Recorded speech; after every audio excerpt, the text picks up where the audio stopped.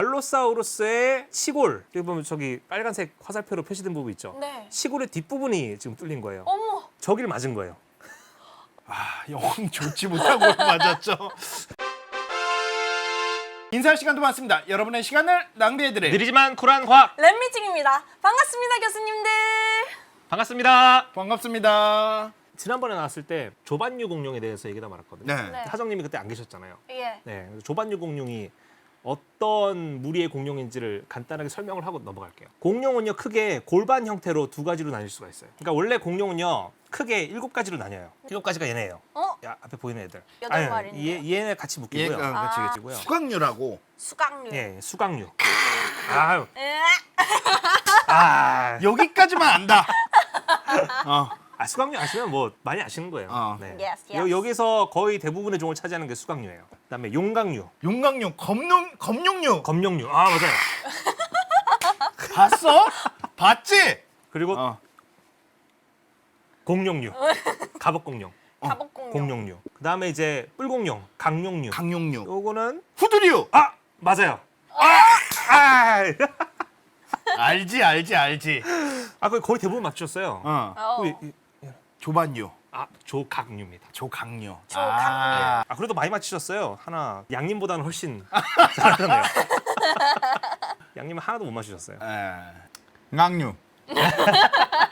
낭류. 그래서 아무튼 이렇게 총 원래 7그룹이에요. 근데 7그룹의 분류 자체를 의심하는 학자는 없어요. 그렇죠. 근데 이제 이거를 좀 더 크게 나눌 수가 있어요. 얘네 5마리를 하나의 그룹으로 묶는 사람들이 있어요. 오. 얘네를 또 묶고. 그래서 그거 기준이 뭐냐면 네. 골반뼈예요. 골반이 어떻게 생겼느냐에 따라 이렇게 나눌 수가 있거든요. 네. 그래서 얘네를 이게 헷갈릴 수도 있지만 얘는 용반류라고 불러요. 용반류. 용반류. 그러니까 용- 도마뱀의 골반을 갖고 있는 얘들. 네. 얘네는 조반류라고 불러요. 조반류. 맞아요. 새 골반이랑 비슷한 그렇죠. 골반을 갖고 있는 얘들. 근데 얘네는 조류랑 아무 관련이 없어요. 조류는 정작 얘네하고 관련이 이쪽에 있네. 수강류랑 붙어 있거든요. 조류는 용반류에 포함이 돼요. 근데 왜 얘네가 조반류예요? 골반의 형태가 조류의 것과 비슷하게 진화를 했어요. 수렴 진화를 했어요. 네. 제가 가져온 슬라이드를 보시면요. 지금 이게 2가지 그 골반의 형태예요. 그래서 지금 머리가 왼쪽에 있다고 생각하시면 되고요. 오른쪽에 꼬리가 있다고 생각하시면 돼요. 예. 이게 지금 골반이에요. 왼쪽에 있는 게 조반류의 골반이고요. 네. 오른쪽에 있는 게 용반류의 골반이에요. 보시면은 저기 퓨비스라고 돼 있는 뼈가 하나 있어요. 그게 앞쪽으로 뻗어 있으면은 용반류예요. 조반류는 퓨비스가 뒤로 가 있죠. 뒤로 휘어져 있어요. 그 차이예요. 네. 그래서 새는 사실 용반류와 비슷한 골반을 갖고 있는데 새는 조반류가 아니에요. 관련이 없어요. 그렇죠. 어려울 수도 있는데 호호.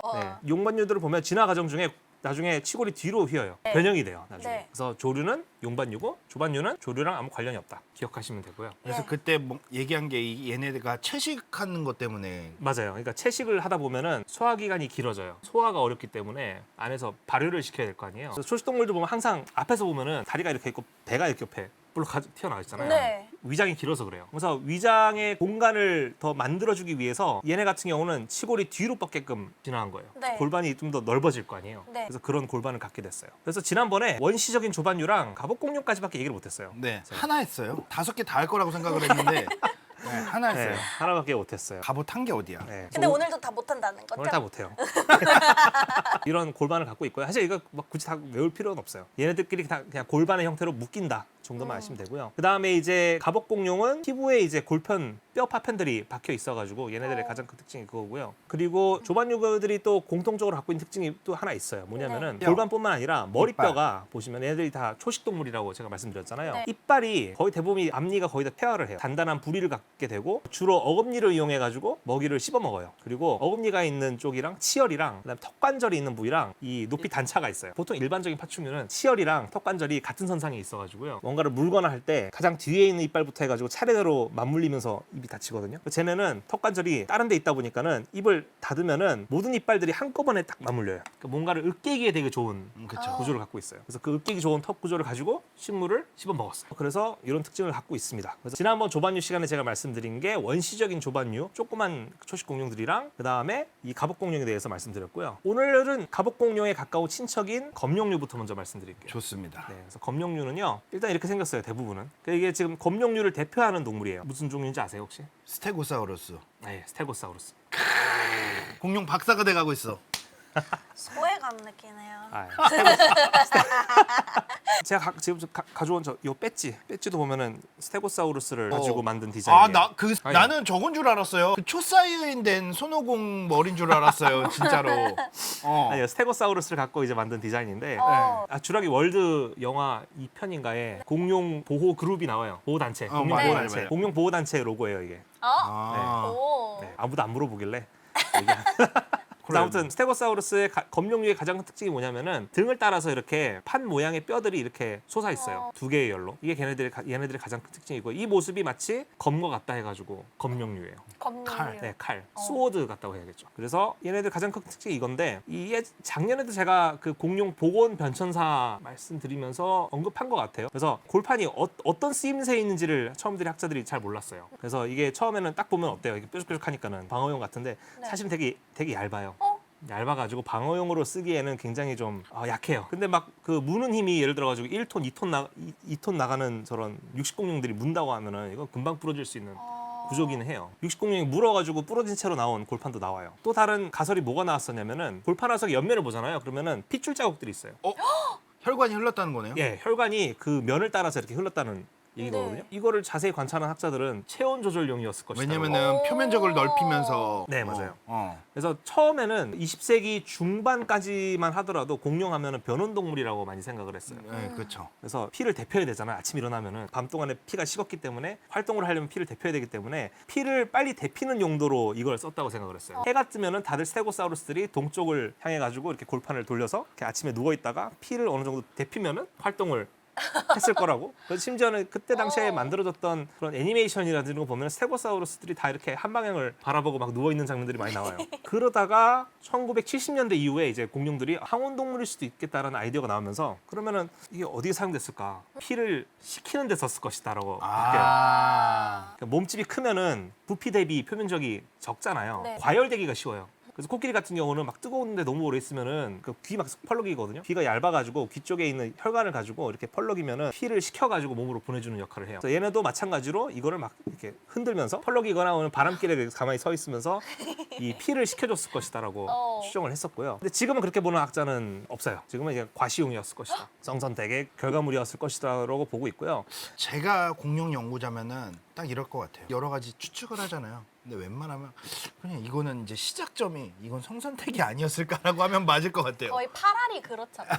그렇죠. 그러니까는 이게 오늘날 살아있는 동물을 우리가 얼마만큼 이해하느냐에 따라 해석이 달라져요. 화석으로 발견된 공룡을 연구하는 사람들은 오늘날 동물을 연구한 논문, 결과, 데이터를 가지고 해석을 해야 되다 보니까는 그래서 뭐 이렇게 다양한 재미난 가설들이 나올 수밖에 없었던 거예요. 그렇죠. 지금 사실 오늘날 동물들의 독특한 구조들을 보면은 대부분 다 사실은 성선택으로 해석을 하고 있기는 하거든요. 그래서 그거에 영향을 받아서 지금 이런 동물들도 성선택의 결과물로 지금 해석을 하고 있는 거예요. 근데 궁금한 게 네. 그럼 쟤네가 이렇게 된 게 성선택이라 했잖아요. 예. 그럼 암수가 다르게 생겼어요. 좋은 질문입니다. 그래서 처음에는 성선택에 의한 거면은 네. 예를 들어 오늘날의 대표적인 성선택의 결과물들을 보잖아요. 수컷이 더 화려하고 암컷은 덜 화려하잖아요. 네. 그걸 성적 이형이라 불러요. 섹슈얼 다이모피즘이라 부르거든요. 네. 그런 게 충분히 나타날 것 같은데 근데 공룡은 희한하게도 잘 안 나타나는 거예요. 네. 이게 암놈인지 수컷인지 잘 구분하기 힘들어요. 성선택에는요. 성적 이형이 나타나는 결과물도 있지만은 그렇지 않는 결과물도 있어요. 그걸 뮤추얼 섹슈얼 셀렉션이라고 하거든요. 상호 선선택. 그래서 암컷과 수컷이 똑같은 거를 보고 서로를 선택을 하는 거예요. 그래서 성적 이형의 결과물이 나타나려면은 예를 들어서 암컷이 수컷을 선택할 때 화려한 깃털을 선택을 해야겠죠. 네. 나 쟤랑 짝짓기를 해야겠어. 이러는 건데 상호 선택은 암수가 똑같은 거를 바라보는 거예요. 그래서 나는 뿔이 앞으로 휘어진 얘가 내 취향이야. 수컷도 뿔이 앞으로 휘어진 암컷을 원해. 둘이 눈 맞아서 새끼를 낳겠죠. 그러면은 암수가 비슷하게 생길 수밖에 없어요. 이런 경우는. 그렇죠. 그래서 오늘날의 그런 동물 중에서도 상호 선택을 하는 동물들이 보고가 되고 있어요. 지금. 코뿔소. 대표적인 코뿔소도 있고요. 그 다음에 또 흑고니. 그러니까 블랙스완. 블랙스완. 우리가 흔히 이제 잘못 흑조라고 부르죠. 호주에서 사는 고니 종류인데 네. 새카맣고요. 날개깃 쪽에 약간 그 고데기 해가지고 이렇게 말린 날개깃 같은 게 있어요. 근데 그게 암수 똑같이 그게 잘 발달돼 있는 짝을 보고 이렇게 짝짓기를 한다 하더라고요. 하지만 사람도 약간 그런 경향이 있지 않나요? 예를 들어가지고 그런 결혼한 커플들을 보면은 묘하게 서로 닮았다든지. 맞아요. 하관 예, 운명설 뭔가, 있어요. 예, 뭔가 하관이 그런 게 닮으면 이렇게 둘이 커플이고. 정확한 건지 잘 모르겠어요. 근데 지금 공룡 같은 경우는 그런 상호 성선택을 주로 했을 것으로 지금 보고 있어요. 네. 예를 들어 가지고 아까 제가 그 체온 조절 조절용이었을 거라는 가설이 있다고 했잖아요. 네. 네. 정말로 이게 체온 조절용이었다면은 이걸 처음에 이제 반박하신 분들이 어떤 얘기를 했냐면은 몸집이 크면 클수록 골판이 더 커져야 되는데 그렇죠, 네. 그렇죠. 그렇지 않다는 거예요. 검룡류들을 보면은. 그래서 검룡류들이 전부 다 큰 골판들을 갖고 있지는 않았어요. 작은 크기의 골판을 갖고 있는 애들도 있어요. 대표적인 게 이 친구예요. 얘가 지금 중국에서 발견된 후아양고사우루스라고 하는 검룡류인데 네. 보시면은 골판이 되게 작죠. 네. 작기도 하고 골판들이 전부 다 납작한 판의 형태를 띠고 있는 건 아니에요. 뿔 같은 것도 네, 골반에 있나요? 뿔도 있죠. 네. 골반에 뿔도 있고요. 그리고 더 재밌는 거는 어깨 쪽에 어마어마하게 큰 가시가 있어요. 네. 저것도 이제 피부에 붙어 있는 볼편이 변화돼서 생긴 구조물인데 처음에는 저게 어디에 붙는지를 몰랐어요. 그래서 저걸 골반에 학자들이 많이 붙였거든요. 근데 나중에 좀 더 보존율이 좋은 개체가 발견이 되면서 어깨 쪽으로 옮겨지게 돼요. 와, 어깨 뽕이네요. 아, 그죠. 저런 구조물 같은 경우는 아마 성선택의 결과물일 수도 있겠지만은 옆구리를 보호하는 용도로도 충분히 썼을 것 같아요. 네. 내장 보호용 같다. 아, 그죠. 옆쪽 같은 경우는 지금 찔릴까 일단은 봐. 골편이 없잖아요. 어. 네. 네. 그리고 저런 애들이 발견된다는 것 자체가 지금 이 골판이 체온 조절용이 아니었을까라는 거를 뒷받침해 주죠. 쟤도 꽤 커요. 스테고사우루스보다는 좀 작긴 하지만은 몸 길이가 한 4, 5m 정도까지 자라는 꽤 큰 동물이에요. 그 골판 뒤에 제 상체를 숨길 수가 있어요. 네. 그 정도로 넓습니다. 근데 살아있을 때는 그게 뼈의 크기고요. 그 위로 이제 각질에 덮개가 덮여 있었을 거니까 훨씬 더 크겠죠. 스테고사우루스 몸 길이가 최대 9m. 알려진 최대 거는 9m. 9m가 제일 크고요. 더 크게 자랐을 가능성도 커요. 왜냐하면 발견되는 공룡의 대부분이 사실 청소년기의 공룡들이 그렇죠, 많아서 그렇죠. 그러니까 그 얘기는 다음에 제가 하겠습니다. 네. 왜 청소년기의 공룡들이 많이 발견되는지. 다음 슬라이드를 보시면요. 검룡류들이 다 우와. 어깨 뽕이 엄청 커진 얘예요. 가지 지하철은 못 하겠어요. 어깨 동무하기도 좀 되게 네. 예. 좀 그거 무섭네요. 네. 아니 근데 쟤네 무리 생활을 했으면 가다가 저 뿔끼리 걸려가지고 아, 그죠. 근데 못 가는 애들도 있었을 것 같은데. 그렇게 막 큰 무리를 짓거나 하지는 않았을 거예요. 네. 예, 그래서 막 여러 마리가 한꺼번에 발견되는 경우는 거의 없고요. 쟤도 이제 중국에서 살았던 기간트 스피노사우루스라는 동물인데 처음에 이 공룡이 학계에 보고됐을 때는 공룡 매니아들 사이에서 사람들 기대하게 만들었던 야, 동물이에요. 왜냐면 저게 또 되게 특이한 게 지금 위로 뻗게끔 지금 복원이 된 거거든요. 네. 근데 저게 정확한 자세를 몰라요. 아래로 뻗어 있을 수도 있어요. 저게 지금 한 마리밖에 발견이 안 돼가지고 우와 너무 신기하다 근데. 저게 양쪽으로 달려 있는 건가요? 양쪽으로 달려 있어요. 한 아. 쌍이. 그래서 이름이 또 기간트 스피노사우루스예요. 그래서 공룡 매니아들이 좋아하는 육식 공룡들이 있어요. 기가노토사우루스라는 공룡이랑 스피노사우루스라는 공룡인데 둘 다 티라노사우루스보다 조금 더 크거든요. 근데 이름이 기간트 스피노사우루스라고 보고가 된 거예요. 이야. 사람들이 와, 뭐 어떤 대단한 육식 공룡이길래 검색했더니 검룡류였던 거예요. 그래서 와. 좀 약간 실망을 줬던. 다들 수광류를 많이 좋아하긴 하더라고요. 그쵸. 육식 동물이다 보니까는. 그래서 저렇게 생긴 얘들도 있어요. 근데 스테고사우루스류가 아쉽게도 백악기 말까지 살진 않았어요. 중간에 백악기를 들어쓰면서 많이 쇠퇴했다가 멸종하거든요. 원래는 쥐라기 때 정말 번성했던 초식 공룡 무리 중 하나예요. 원래 제일 번성했던 게 용각류고요. 쥐라기 때 어느 지층 찾아가가지고 거기 나오는 와서 보지도 않고 용각류일 겁니다 하면은 보통 맞아요. 야. 용각류 그 다음에 많이 나오는 게 검룡류예요. 이게 진짜 무서운 거예요. 그래서 검룡류 하면은 이런 애들도 있다. 종 다양성이 그렇게 막 많지는 않아요. 이미 네. 이렇게 백악기 들었으면서 이게 식물상이 변화하면서 거기 적응을 못했던 것 같아요. 그래서 그 다음 슬라이드를 보시면 이런 애들도 있어요. 보통 쥐라기 시대 때 보면은 목이 긴 용각류가 있고 그 다음에 목이 짧은 검룡류가 같이 공존을 하는데 목이 긴 용각류들은 나무 위에 이런 잎사귀를 따먹고 검룡류들은 보통 이제 바닥에 떨어져 있는 그런 식물을 훑어먹는다든지 아니면은 굉장히 키가 작은 나무들이 있어요. 소철나무 이런 것들. 네. 그런 것들을 뜯어 먹었을 거로 보는데 유럽에서는 특이하게도 목이 긴 검룡류가 발견이 됐어요. 오. 저 친구인가요? 네, 저 친구입니다. 목이 긴가요, 저 친구가? 목이 긴 편이에요. 아까 저기 기간트 스피노사우루스라든지 비교하면은 목이 굉장히 긴 편이에요. 이전 자료 한 번만 주시겠어요? 긴 게 거의 아니에요? 배로 긴 건가요? 목이 예. 그렇구나. 그래서 저게 논문이 나왔을 때 되게 좀 특이한 케이스의 스테고사우루스류, 그러니까 검룡류로 보고가 됐어요. 그래서 얘네 같은 경우는 이제 아마도 중간 크기의 나무의 잎사귀를 뜯어먹는 용각류가 없었다든지 이런 환경에서 살았기 때문에 그 생태적 지위에 얘가 들어가는 바람에 목이 길어진 게 아닌가 이렇게 보는 가설도 있고요. 저것도 그냥 성선택의 결과물이다라고 보시는 분도 계시고요. 좋습니다. 제가 작년에 사실 이 공룡을 보여드린 적이 있어요. 잠깐 보여드린 적이 있는데 그때는 미라가야라는 이름으로 제가 소개를 했었는데 네. 이름이 바뀌었어요. 그 사이에? 다켄트루루스라고 지금 바꿔놨는데 와. 그 이유가 있어요. 왜냐면은 그 다켄트루루스라는 공룡은요 똑같은 검룡류인데 처음에 보고됐을 때 주로 이제 하반신이랑 몸통 위주로 조금 발견됐던 얘고요.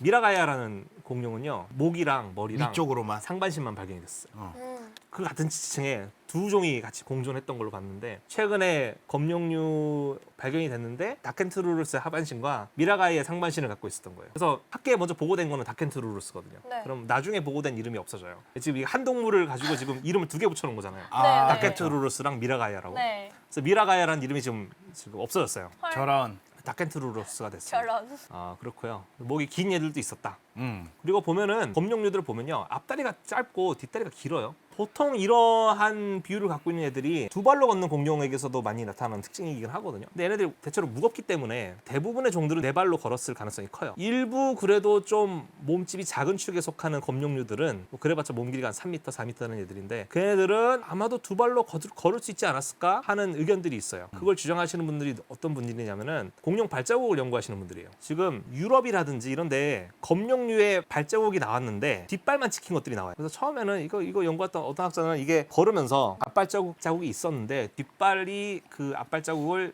찍으면서 지우면서 갔을 것이다라고 주장하시는 분도 계셨는데 또 이거를 이제 3D 모델링을 해봤더니 두 발로 걷는 게 가능했다는 결과도 나왔어요. 모든 애들이 다 그랬던 건 아닌데 네. 일부 종은 그래도 뭐 짧은 시간 동안은 두 발로 뭐 뛴다든지 하는 게 가능하지 않았을까 이런 의견이 있어요. 그래서 이거 같은 경우 지금 두 가지 의견이 지금 계속 왔다 갔다 하면서 반박 중이에요. 검룡류를 대표하는 스테고사우루스 처음 보고됐을 때도 그 처음 복원할 때 두 발로 걷는 동물로 원래 보고를 했었어요. 나중에 보니까는 몸이 무거워서 네 발로 걸었다라고 나중에 논문이 나왔는데 최근에는 또 발자국을 보니까 두 발로 걸었을 수도 있겠구나라는 의견이 또 나온 거예요. 주라기 공원에도 얘네가 두 발로 이렇게 쓰는 장면이 나오잖아요. 쓰는 장면 나오지만 걷지는 않죠. 아 그렇죠. 네.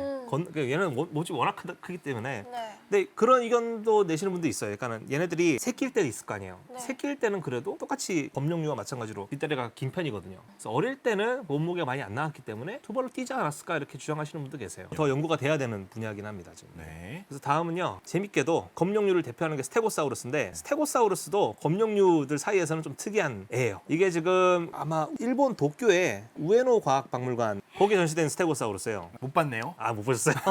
저 어디 공룡관 구석에가 있어요. 저 친구가. 네. 그때 가서 우에노 박물관 가서 하야부사만 보고 왔어요. 아. 네, 시간이 없어서. 저기에 전시된 스테고사우루스는요, 목 밑에 저렇게 뭔가 자글자글한 골편들을 펼쳐가지고 전시를 해놨어요. 네. 그러니까 우리나라에 전시되어 있는 스테고사우루스들을 보면은 저런 식의 구조물들을 전시를 안 해놨거든요. 저게 화석으로 나왔어요. 목을 덮고 있는 비늘마다 뼈 조각들이 들어가 있는 거예요. 네네네. 우와. 굴러 스쿠시라고 하거든요. 네. 목주머니 골편이라고 하는데 제가 알기로는 검룡류 중에서는 지금 이 스테고사우루스만 목주머니 골편이 발견이 됐어요. 그래서 저게 목을 보호하는 용도였을 수도 있겠죠. 아니면 개구리처럼 이렇게 부푸는 용도도 아니에요. 뭐 그런 복원도도 하나 있어요. 오. 그런 식으로 추정해서 복원하신 분도 있는데 그러면 개구리는 또 골편이 없잖아요. 그러네요. 네. 어떤 사람은요, 이게 논문이 나온 건 아닌데요, 학회에서 아마 발표를 하셨을 거예요. 이게 스테고사우루스가 주둥이가 굉장히 뾰족해요. 네. 네. 주둥이가 뾰족한 동물들은 보통 선택적으로 ip사귀를 먹는 애들이에요. 주둥이가 넓적한 동물들은 그냥 자기가 뭘 먹든지 그냥 담아서 먹는 애들이에요. 양이 중요한 거예요, 걔네는. 근데 주둥이가 길쭉한 애들, 오늘날의 사슴이라든지 이런 애들은 자기가 정확하게 먹고 싶은 이파리가 있어. 식물의 종류가 있어요. 맞아요. 네. 그럼 그것만 딱 따먹는 거예요. 그래서 스테고사우루스도 마찬가지로 오늘날의 사슴처럼 주둥이가 뾰족해요. 그래서 일단은 이 스테고사우루스가 살았던 환경에 보면은 소철나무라는 그 나무가 되게 많이 발견되거든요. 우리나라 제주도 가면 볼 수 있는 아 지금도 있어요? 아 있어요. 어. 관상용으로 키우는 나무인데 약간 키 작은 야자나무처럼 생겼죠. 겉에 좀 새로운 잎은 가운데서 나고 되게 부드럽고요. 오래된 잎들이 이제 주변에 이렇게 우산 펼쳐지듯이 이렇게 야, 나와요. 예전에 저희 집에서도 소철나무를 키웠어요. 어. 부모님이 키우셨는데 네. 저게 베란다에 두셔가지고 제가 분리수거를 베란다에 옮기는 역할을 했거든요. 할 때마다 저게 찔려가지고 진짜 아파요 저게. 꽤나 따갑군요. 네, 이게 초록색 부위가 오래된 잎사귀예요. 저게 진짜 뾰족하고 찔리면 아파요. 네. 부드러운 건 안쪽에 있어요. 그래서 부드러운 잎사귀를 먹기 위해서 목을 이렇게 뻗다 보면 저게 찔릴 수가 있잖아요. 저거를 안 찔리게끔 하는 용도로 저게 선택적으로 진화한 게 아닌가. 그 정도로? 그런 의견이 있어요. 그게 논문으로 나오진 못했어요. 결국. 그건 진짜 의견이겠다. 생물은 그래도 효율적인 면으로 진화를 하는데 굳이 안쪽 거를 먹기 위해서 바깥쪽이 많고 큰데 바깥쪽을 먹기 위해서 진화하는 게 맞지. 굳이 안쪽 거를 먹으러? 그래서 그게 논문이 못 나왔죠. 결국. 그렇죠, 그렇죠. 제가 리뷰어였어도 당장 태클을 걸었을 만한. 이런 의견도 있었고요. 지금부턴 잠깐 식사 중에 보시기엔 내용이 다소 거북할 수 있으니 시청에 유의하시기를 바랍니다. 옛날에 발표됐던 포스터 중에 그것도 있었어요. 스테고사우루스가 용광류 똥 먹고 살았다라는 의견도 있어요. 그 얘기는 들어본 것 같은데. 아, 제가 예전에 한번 했을 거예요. 똥을 먹는 공룡 막 이래가지고. 아, 예, 맞아요. 어. 그 용광류들이 있는 곳에는 꼭 항상 검룡류가 있는데 검룡류들이 되게 약한 이빨과 약한 턱힘을 갖고 있어가지고 근데 또 그렇게 많은 초식동물들이 살았는데 똥화석은 잘 안 나와요. 그럼 누군가는 먹었다는 걸 의미할 텐데 그러면은 혹시 용광류의 똥 청소부가 검룡류이지 않을까? 아. 그래서 왜냐하면 오늘날 살아있는 초식동물들도 보면은 한 번에 식물을 소화시키기가 되게 어려워요. 네. 육식일 수도 있어요. 사자가 코끼리 똥을 그렇게 좋아하잖아요.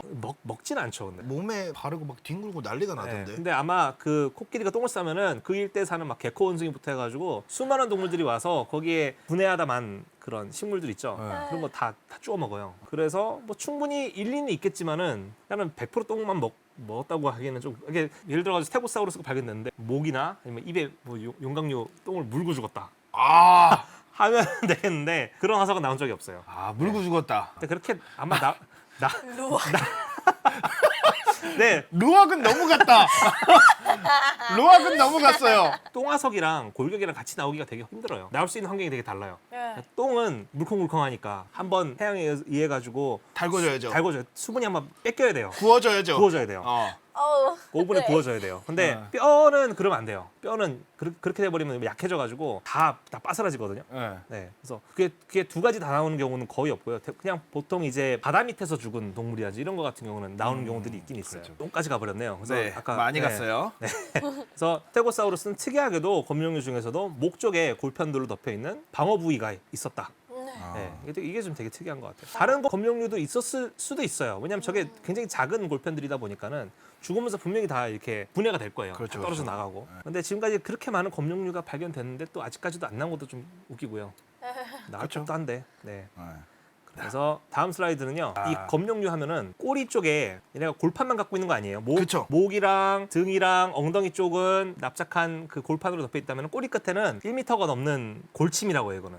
골침. 요거. 네, 골침. 요겁니다. 요거. 네, 요거 보시면은 요거죠. 요거. 요 녀석. 딱 봐도 방어용이죠. 네. 네. 방어. 방어용이에요? 공격용이 아니고? 누가 이렇게 공격하러 오면은 방어용으로 쓰는 거긴 한데 치명타를 주겠죠. 이거는. 그렇죠. 이거에 맞은 동물들의 화석들이 발견이 됐어요. 오. 요 슬라이드에 나와 있죠. 이게 지금 뭐냐면요. 저 하얀색 그 뾰족한 게 뭐냐면 골침의 모양을 그대로 본 따서 만든 복제품이에요. 아. 골침 중 하나예요. 스테고사우루스의. 근데 저거 까만 건 화석이네요? 까만 건 진짜 화석이에요. 그럼 딱 맞는구나. 딱 들어맞는 거예요. 아. 저 검은 화석이 뭐냐면은 저게 알로사우루스라고 하는 육식공룡이 있어요. 쥐라기 시대의 사자라고도 불리는 티라노사우루스랑 비슷하게 생기긴 했는데 앞발이 좀 더 커요. 스테고사우루스랑 같은 시대에 같은 환경에서 살았던 동물인데요. 그쵸. 네. 그래서 저 공룡의 지금 꼬리뼈 중에 하나예요. 근데 보면은 저 골침이 정확하게 들어맞는 구멍이 발견이 된 거예요. 오. 그래서 저 꼬리에 맞았다는 거예요. 맞았는데 뼈까지 뚫어버리는. 이야, 세게 위력이었던 거예요. 맞았네요. 맞으면 안 되겠네. 저 개체 같은 경우는 뚫리고 주변에 뼈들이 좀 자라난 흔적들이 발견됐을 거예요. 그래서 저거에 의해 죽지는 않았지만은 그래도 치명타를 입었다라는 거를 학자들이 알아냈고요. 더 놀라운 화석이 하나 더 발견이 됐어요. 그래서 오. 다음 슬라이드를 보시면요. 이건데요. 뚫렸다. 이거는 완전 구멍이 났죠. 어머. 네. 근데 저 부위가 되게 재밌는 게 아까 제가 공룡 골반 앞쪽에 튀어나온 게 치골이라고 했어요. 네. 저게 큐비스. 네, 맞아요. 퓨비스인데 알로사우루스의 치골 여기 보면 저기 빨간색 화살표로 표시된 부분 있죠. 네. 치골의 뒷부분이 지금 뚫린 거예요. 어머. 저기를 맞은 거예요. 영 좋지 못하고 맞았죠. 저게 맞았어요. 그래서 심지어는 저기 안에 고름이 찼던 공간도 있고요. 너무 고통스러워. 저것 때문에 죽었을 걸로 지금 보고 있어요. 그쵸. 네. 일단 맞은 곳이 좋지가 않은 곳이에요. 아, 그죠. 네. 사실 엄밀하게 얘기하면 생식기는 좀 더 뒤쪽에 있긴 한데요. 예. 근데 포유류의 입장에서 보면 되게 그냥 보기만 해도 고통스러운 장면. 그죠. 네. 저 보건도도 있어요. 보여드릴까요? 네. 다음 슬라이드를 보시면은 진짜 저 알로사우루스가 낼 수 있는 최대의 소리를 냈을 거예요. 네. 오 마이 갓. 아우, 제가 다 아파요. 또 저렇게 보니까는 생식기도 좀 뚫렸을 수도 있겠네요. 연부 조직이니까 뒤쪽으로 해가지고 저거 맞고 죽은 거예요. 쟤는 좀 살다가 육식공룡이라고 항상 좋은 건 아니에요. 그렇다고 초식 공룡이라고 항상 온순한 건 아니고요. 온순한 건 아니고 차라리 살 거면은 초식공룡으로 사는 게 더 나아요. 왜요? 육식공룡은요 맨날 저런 상황에 노출이 되죠. 먹어야 되니까. 먹어야 되니까. 사냥을 해야 되니까. 사냥을 해야 돼요. 우리처럼 아침에 일어나서 그냥 빵 굽고 커피 마시면 정말 최고인데 그럴 수가 없는 거예요. 네. 아 우리가 점심을 많이 먹었으니까 저녁을 좀 안 먹어도 되겠다. 저런 동물들은 그렇게 생각하면 안 되죠. 왜냐면 생존이 달린 문제니까. 그러니까. 지금 있는 거 다 먹어야죠. 배부르다가 안 먹는 게 있어요. 그렇죠. 일단 계속 먹어야죠. 초식동물 같은 경우는 살면서 육식동물 몇 번 보겠어요. 육식동물이 나타난다 해도 1대1로 싸우는 거 아니잖아요. 빨리 뛸 필요도 없어요. 옆에 있는 친구보다만 빨리 뛰면 됩니다. 그렇죠. 네. 왜냐면은 내가 저 친구보다 빨리 뛰면 저 친구가 그렇게 될 거기 때문에. 아유, 그죠. 달리기만 빠르면 되는군요. 공룡류는 여기까지인 것 같고요. 네. 그 다음에 제가 보여드릴 특이한 공룡은요. 후두류, 박치기 공룡. 진짜 잔인해. 이거 돼 있잖아요. 근데 여기 다른 공룡이 와서 와 치면은? 물면